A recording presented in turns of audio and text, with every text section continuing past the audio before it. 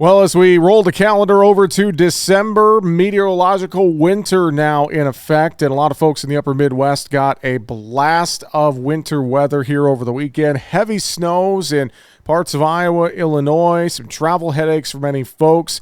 Let's talk about what this all means as we kick off the final month of the year. Joining us for our weekly weather update, he's traveling today. Sounds like luckily he's going to catch a flight out of Chicago O'Hare with no problems. Eric Snodgrass with Nutrient Ag Solutions joins us. Eric, good to talk with you. Hope you had a happy Thanksgiving. And as I mentioned, sounds like you're going to be able to travel okay here today. But, man, for a lot of folks over the weekend, it was a bit of a travel headache with all that heavy snow that fell. Yeah, I'm still sitting in the parking garage here before I walk into O'Hare. And I'll tell you something, when I got to O'Hare, the traffic was crazy. And a lot of Chicago's got some good snow on the ground.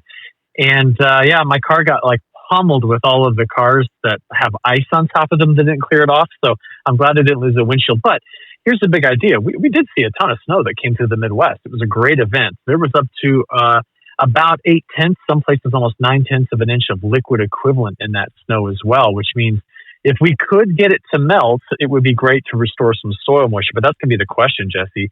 I was talking to the head of Nutrien this morning, Mr. Jeff Tarsi, and he was just saying, hey, are we done with fall? And I said, if you're in the Midwest, Corn Belt, this whole region, answer is yes. There's multiple rounds of Arctic air that's coming through, and any sense of fall-like weather is over because we see that cold air lasting through the middle of the month of December. And then once you get past that point, you don't have much of a hope of regaining anything anyway. We're working our way toward the shortest day of the year in terms of daylight, which means we've made a headlong plunge into winter conditions. Well, thinking about, as we plunge into winter and talk of cold weather coming in for many this week and so much more, I mean, is this going to be the setup to what could be a long winter ahead for many folks? I mean, what are you seeing with some of these model runs right now, Eric? Well, there are many things that would tell me to tell you yes, that I think this is going to be an active and prolonged winter. For example, the polar vortex it's just a mess right now. It's completely off of its main axis. It is, and anytime you have a weak polar vortex, you're looking at higher risk of having, access to really Arctic air.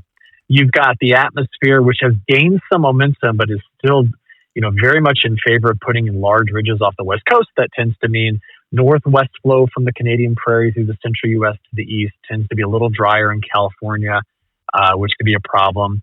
And then you've got this idea that, hey, there's already snow on the ground. The atmosphere's already proven to us that it is more than capable of delivering that cold air, which makes us just wonder with the fading La Nina. Well, let's rephrase that. The La Nina that's at peak but going to fade soon, how readily the atmosphere is going to be able to put cold air across North America. And by most of those objective standards, we're going to see more chances of Arctic air than we are going to see the reprieve or the thawing conditions. And to be honest with you, Jesse, after some of that snow came through, I would not mind a good thaw just to get that water to get into the soil, given how dry the soil moisture is around many of the Great Lakes states and a lot of the Corn Belt. So long answer to your short question is yes. I think we're going to have plenty of access to cold air going forward through the month of December. What about on the flip side of this, across the South? We kind of get into a severe weather season for many folks, and I know we're seeing another blast of snow coming through the midsection of the country early this week, and then on the southern half of that, some potential for showers and thunderstorms and more. So, I mean, that's another caveat that I think we need to watch here for the next couple of months is some of those impacts in areas of the South, Eric, that do need the precipitation as well. Yeah, I'm more than excited about what's going on right now across the South. So there's moisture moving through the Delta today. We're going to watch over the next 7 days good rains coming to the southern and southeastern side of the Cotton Belt. So I'm talking about Louisiana all the way over to the Carolinas. Boy, they need every ounce of this rain. And what's interesting is chances of 2 to 3 inches are on the table. Could there be some storms? Yes. But the issue here is more just with the return of some water into that area and the fact that the Climate Prediction Center has finally taken that area out of the drought development likely category, which it had that area in all the way through winter in its previous updates. Well, the latest update, which was just released late last week, now is showing that the chances of drought redeveloping in that region have been reduced, which is very, very good. Now, there's still a lot of worry for the Southwest, and there's still a lot of worry for, western Texas into the high plains. But the rains that are coming through the South, I don't think you're going to get anybody down there complaining about a good thunderstorm, given how dry it's been. What about South America? Any updates on what you're watching in Brazil and Argentina here this week, Eric? Well, the first thing is, and I think we talked about this last week. Boy, last week feels like so long ago with that holiday weekend in there. But, the models are terrible. They've been over-predicting rain from the European model. They've been under-predicting rain from the GFS. Although I would tell you that the GFS is probably the more reliable model because you look across big sections of the Cerrado and it has been dry. You then take a look at Parna, wetter. Argentina, which is supposed to have drought trouble when there's a La Nina, it hasn't shown up yet. In fact, we've gotten some reports on the winter recrop that look pretty stellar in some places down there. So I look at every long-range forecast, I'm like, prove it. And I looked at the NDVI data late last week, and I'll be honest, I don't see major problems just yet. But their most critical months are the ones upcoming. Let's just call it mid to late December through the month of January is when that bean crop is made. Most models are trying to bring rainfall through the area. They're a little bit drier into Argentina, but what did I just tell you about the models? They've not been performing well as of late, so we're just going to have to take it day by day to see if the rains manifest or if they don't.